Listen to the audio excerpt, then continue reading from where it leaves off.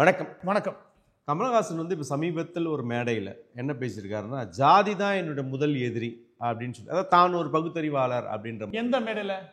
திருமாவோட birthday. திமுகவோட கூட்டணி கட்சியான திருமாவளவன் இவர் ஒரு கூட்டணி கட்சியா போய் நிக்கிறாரு. ஆமா, அதுல பகுத்தறிவாளன் சொல்லும் போது இந்த மாட்டுக்கு செயின் போறமா இவ்வளவு பெரிய செயின் தூக்கிட்டு வந்து திருமாவளவன் போடார்ல, அதுல என்ன பகுத்தறிவு இருக்குது? என்ன அதன் மூலமாக அவரு ஒரு சுயமரியாதை கொடுத்தாரு எனக்கு புரியல.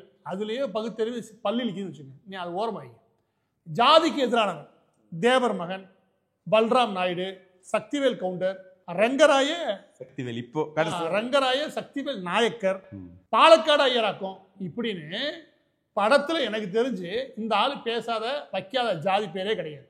அப்படி வச்சுட்டு எவன் ஒருவனுக்கு உள்ளூர ஒரு உணர்வு இருக்கோ அதை தவிர்க்கணும். என்னையே கேட்டீங்கன்னா இந்த மாதிரி விஷயங்கள் வச்சதே இல்லை ரஜினிகாந்த் அவர் சொல்லலாம், நீ இதை தவிர்க்கவே முடியும். ஆனா இது வம்படியா செஞ்சவே நீ இன்னைக்கு என்ன பண்ற? திமுக கூட்டணி கட்சி மேடையில் உட்காந்து என்ன பேசுற? நான் ஜாதிக்கு எதிரான. அப்ப எவ்வளவு பெரிய அளவுக்கு நீ நாக்க உன் இஷ்டத்துக்கு வளைக்கிற. கமலஹாசன் பேசக்கூடிய ஒவ்வொரு விஷயத்தையும் நம்ம புரிஞ்சுக்க வேண்டியது என்னன்னா, நான் காந்தி இல்லை நான் அகிம்சைவாதி அப்படின்னு நான் சொல்றேன். மாறுதா சொல்றேன்னா நான் அகிம்சைவாதியா, நான் காந்தியனா கிடையாது. என் நாக்கு என்ன வேணா பேசும். நாக்கு என்ன வேணா பேசுன்றதுக்காண்டி அதுபடி அவங்க வாழ்றான்னு அர்த்தமாக. கமலஹாசன் விஷயத்தில் இது 100% உண்மை. இந்த எடுத்துக்காட்டே போதுமானது. எனவே கமலஹாசன் ஒன்று பேசுறாரு, அதை எடுத்து நம்ம பேசுறது வீண் வேலை, சமூகத்துக்கு எந்த பிரயோஜனமும் கிடையாது. அதே மீட்டிங்ல வந்து திருமா என்ன பேசியிருக்காருன்னா, தூய்மை பணியாளர்கள் வந்து நிரந்தரமா ஆக்கணுன்றது வந்து அந்த பட்டியலினத்து மக்களை வந்து அதுலயே நீங்க போட்டு அழுத்துற மாதிரி, சமூக நீதினா அதுல இருந்து வெளியே எடுக்கணும் அவங்கள அப்படின்ற மாதிரி பேசல. அதுல அவர் சொல்லக்கூடிய ஸ்டேட்மெண்ட் நம்ம புரிஞ்சுக்கணும்னா, நிரந்தரம் ஆக்குறதுக்கு நான் எதிரானவன். ஆமா, அது தப்புன்றது. ஏன்னா ஒரு குப்பை அள்ளக்கூடியவங்க திரும்ப குப்பை அள்ளுறதுக்கு நீங்க திணிக்கிறீங்க நிரந்தரமாக்குறது மூலமாக. ஆமா, இந்த பாருங்க, திரும்ப அவனுக்கு ஒன்றும் புரியல, இல்லை நம்மளை குழப்பறான்னு தெரியல. என்ன அப்படின்னா, நிரந்தரமாக்குறதுன்றது வேற வார்த்தை, கட்டாயப்படுத்துன்றது வேற வார்த்தை. இங்க கட்டாயம் எதுவுமே கிடையாது. அவங்க கேட்கறது நிரந்தரம். 41 வயசு 45 வயசு ஆயிடுச்சு எனக்கு. என் குடும்பத்துக்கு இந்த வருமானத்தை வச்சு தான் நான் பார்த்துக்கிறேன். நாளை கழிச்சு இந்த வேலை போகலாம் அப்படின்ற சூழலை நீங்க உருவாக்குறீங்க.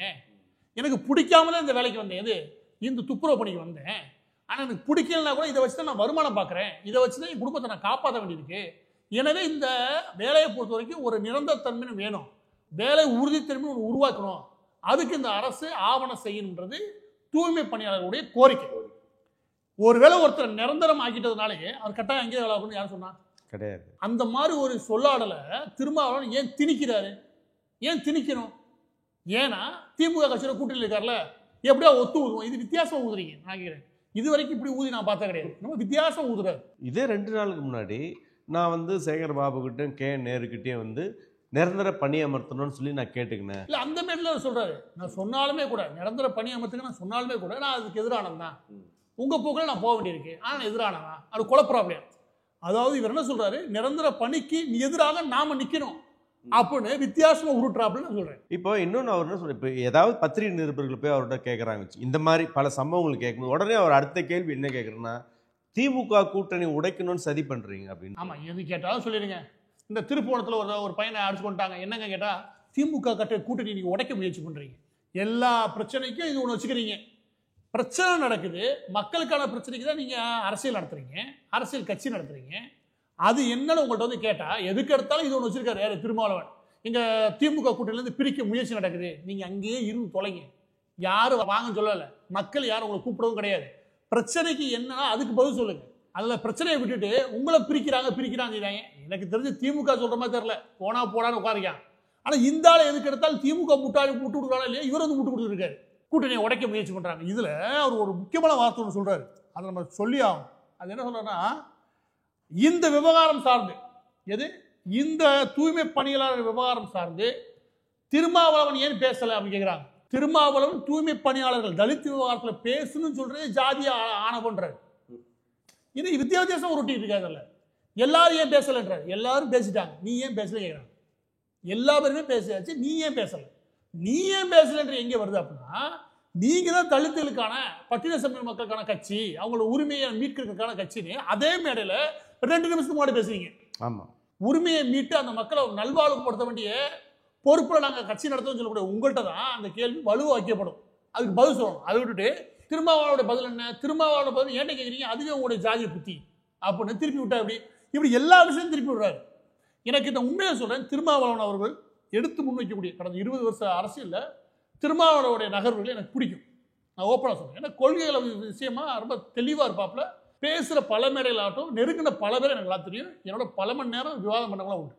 அந்த வேலை திருமாவளவன் அவர்களை பிடிக்கும். ஆனால் இந்த சமீபத்தில் ஒரு 4-5 வருஷமா அவருக்கு என்ன ஆச்சுன்னே தெரியல. திமுகவுக்கு முட்டு கொடுக்குறதுக்கு திமுக காரன் வரானா இல்லையா, இவர் ஓடியாரு. கண்டிப்பா அந்த மேடையில் என்ன சொல்றாருன்னா, திமுக திராவிட கழகங்கள் இருக்கு இல்லையா, அதோட கொள்கைக்கு எதிராக யாராவது நின்றா அவங்க பட்டியல சமூக மக்களுக்கு எதிரானவங்க, அதை எதிர்த்து நம்ம போராடணும். அப்ப நீ எதுக்கு கட்சி நடத்துற, கலைச்சிட்டு போய் திமுக சேர்ந்துன்ற, இதுக்கு எதுக்கு கட்சி தனியா?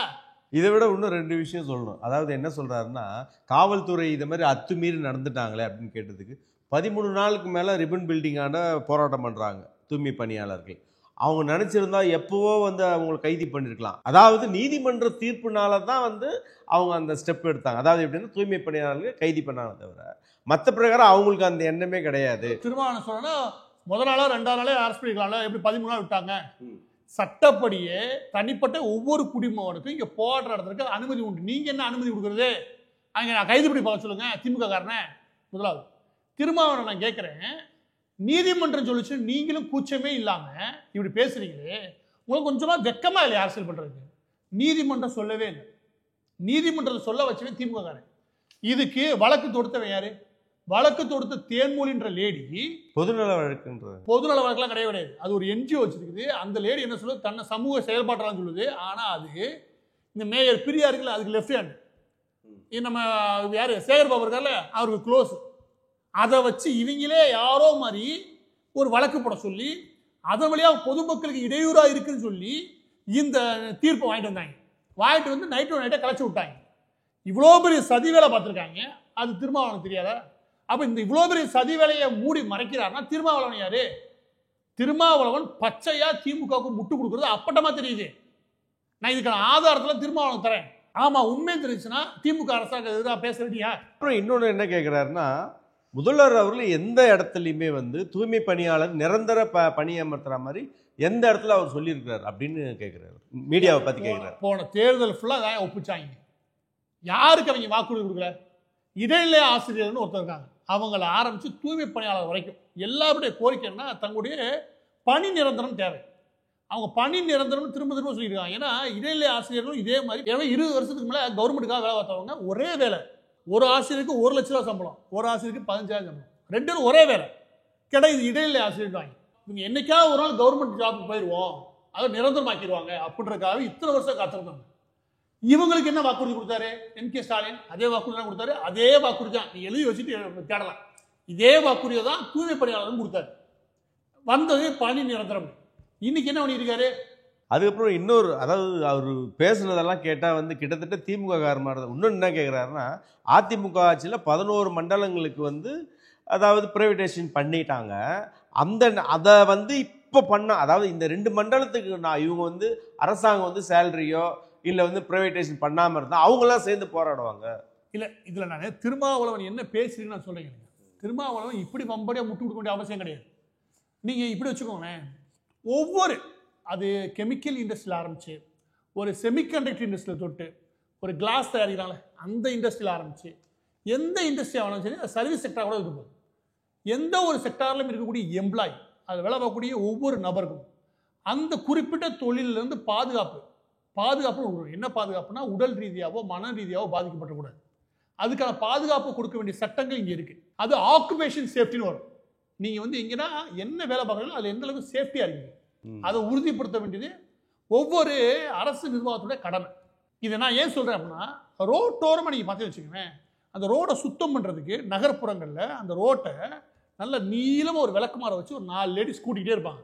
காலங்காலத்தில் கவனிச்சிங்கன்னா வீட்டில் கூட்டினால டஸ்ட் ஆகி போகுது அதுன்னு சொல்றீங்க. ரோட்டில் அவ்வளோ பெரிய தூசியை தடவி எடுப்பாங்க.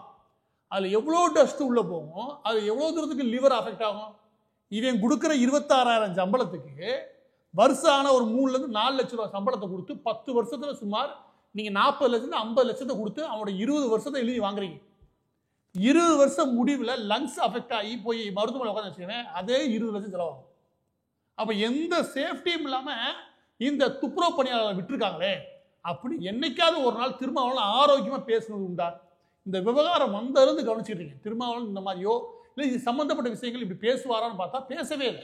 ஆரம்பத்துல இருந்து திமுக முட்டு கொடுத்துருக்காரு. இப்ப மீண்டும் சொல்றேன், துப்புரவு பணியாளர்கள் சென்னை பிரச்சனை மட்டும் கிடையாது. இன்னைக்கு 2 மணி நேரத்துக்கு முன்னாடி மதுரையில் வெடிச்சிருக்கு. தமிழகம் முழுவதோட துப்புரவு பணியாளர்களுக்கு இந்த விளக்கமாற வச்சு கூட்டுறது இந்த மாதிரி நிறைய இருக்கு. எல்லாரும் எக்யூப்மெண்ட் வந்துருச்சு. நீங்க சொல்லுங்க, சென்னைக்குள்ள எத்தனை ஜோன் இருக்குது? 13 ஜோன் இருக்கு. 13 ஜோன் இருக்குன்னு வச்சுக்கோங்க. 13 ஜோனுக்கு நீங்க இந்த ஒரே ஒரு ஆள் மட்டும் உட்காந்து துப்புரவு பணி பண்ற மாதிரி ஒரு மிஷினை நீங்க நெட்ல தேடுங்க.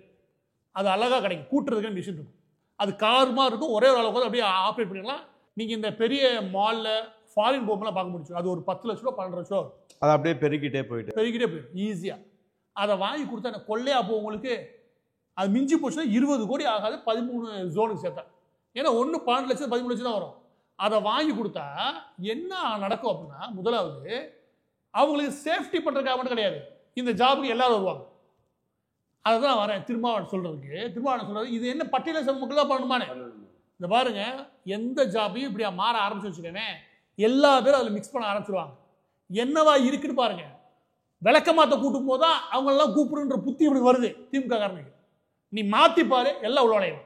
எனவே ஒரு வேலை, ஒரு சர்வீஸ் செக்டார் ஒன்று இருக்குது. அந்த செக்டார் என்னவா இருக்கு, அதுக்கு மக்கள் எப்படியா பாதிக்கப்படுறாங்க, பாதிக்கப்பட்ட மக்களோட குரல் என்ன, அவங்க சொல்லாத குரல் என்ன, அதையெல்லாம் யோசிக்கணுமா இல்லையா?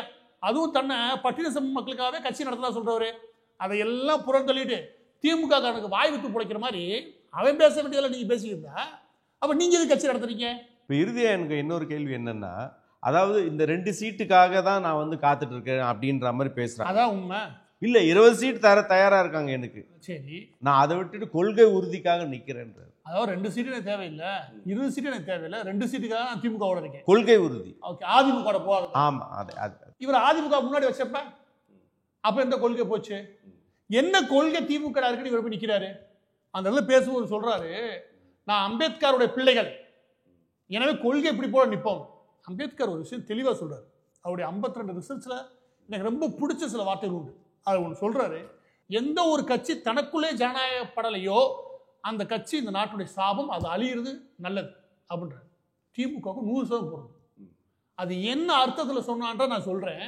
திருமாவளவன்ல மற்ற நபர்களுக்கு அட்லீஸ்ட் உரைக்குதான் பார்ப்போம். அவர் என்ன சொல்லுவார் அப்படின்னா, அம்பேத்கர் என்ன சொல்லுவாருன்னா, ஒரு கட்சி ஜனநாயகப்படலை, அந்த கட்சியில் தகுதியின் அடிப்படையில் மேலே வரல, உண்மை எதன் அடிப்படையில் வர குடும்பத்தின் அடிப்படையில் மேலே உட்காந்துருக்காங்க அப்படின்னு வச்சுக்கோங்க. ஒரு குடும்பம் மன்னராட்சி ஆயிடுவாங்க. அப்படியே மாவட்ட செயலாளர்லாம் பெரிய மன்னர் ஆயிடுவாங்க. நேரு, வேலு, பொன்முடி எல்லா பேரும் மகனை கொண்டு வந்துட்டாங்க. அப்போ ஒரு தலைமை குடும்பம் ராஜா, இவர் குறுநில மன்னர்கள். இவங்க கீழே இவங்க எல்லாரும் வரதே ஜாதி ஆதிக்கத்தெல்லாம். அப்போ எல்லாரும் ஜாதி பெருக்கத்தில் அப்படியே ஒரு கட்டமைப்பு உருவாக்கினா இது ஜனநாயகப்பட்ட கட்சி கிடையாது. இது அழிக்கப்பட வேண்டிய கட்சி. அம்பேத்கர் சொல்றபடி பார்த்தா இந்த கட்சியில மீண்டும் ஒரு நபர் கீழேருந்து மேலே வரவே முடியாது. அது கருணாநிதி குடும்பம் மட்டும்தான் அதை ஆளும். அதுக்கு கீழே இந்த குறுநில மன்னர்கள் தான் ஆளுவாங்க அப்படின்னு நிலைமை உருவாக்கிடுச்சுன்னா அந்த கட்சி தான் முதலாவது அழிக்கப்பட வேண்டிய கட்சி. அம்பேத்கர் வார்த்தையிலேயே அவர் ஜனநாயகத்தை காப்பாற்றுறதுக்கு சொன்ன மிக முக்கியமான மந்திரம் கூட. இதுக்கு எதாவது பதில் சொல்லுவார் திருமாவளவன். எனவே திருமாவளவன் இன்னைக்கு பண்றது முழுக்க முழுக்க திமுகவுக்கு வாயை வித்து பிழைக்கிற வேலை தான், வேற எதுவுமே கிடையாது. இது அந்த மக்களுக்கு செய்யக்கூடிய மிகப்பெரிய துரோகம். இன்னொன்று என்ன, இத்தனை வருஷம் சுயமரியாதை, அவர் மக்கள் அதிகாரத்தை கைப்பற்றுறது, இது எல்லாத்தையும் விட்டு ரொம்ப தூரம் போயிட்டார் திருமாவளவன். இப்போதைக்கு தேவை திமுக தலைமை குடும்பமான ஸ்டாலின் குடும்பத்துக்கு, கருணாநிதி குடும்பத்துக்கு ஜால்ரா அடிக்கிறது, அதுக்கு ஒத்து ஊதுறது. இந்த வேலையை தான் திருமாவளவன் அவர் பார்க்குறான்றது இந்த திருமாவளவன் அவருடைய பிறந்தநாள் கொண்டாட்டத்தில் நம்மளால் புரிஞ்சுக்க முடியும். இறுதியாக தூய்மை பணியாளர்கள் மட்டும் கிடையாது, தூய்மை பணியாளருடைய விவகாரத்தை தொடர்ந்து கவனிக்கக்கூடிய எல்லா பேருக்கும் சொல்றது என்ன அப்படின்னா, தமிழகம் முழுவதும் பட்டியல மக்களுக்கும் இல்லாட்டி பிற்படுத்தப்பட்ட மக்களுக்காக போராடக்கூடியதாக சொல்லக்கூடிய திருமாவளவன் போன்றவர்கள் செய்யறது அப்பட்டமான திமுக ஜால்ரா அடிக்கிற அரசியல் தான்.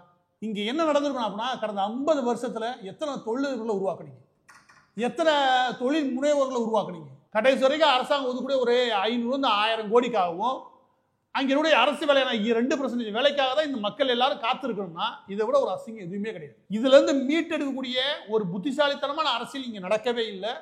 இது பட்டியல சமூக மக்களுக்கு செய்யக்கூடிய மிகப்பெரிய துரோகம். அந்த துரோகத்தை இன்னைக்கு துணிஞ்சு பண்றார் திருமாவளவன். அவர் ரொம்ப முக்கியம். அந்த கமலஹாசன் வர பாருங்க, அந்த ஆளு வாய என்ன வேணா பேசுவான், நான் நம்பவே நம்பாரு.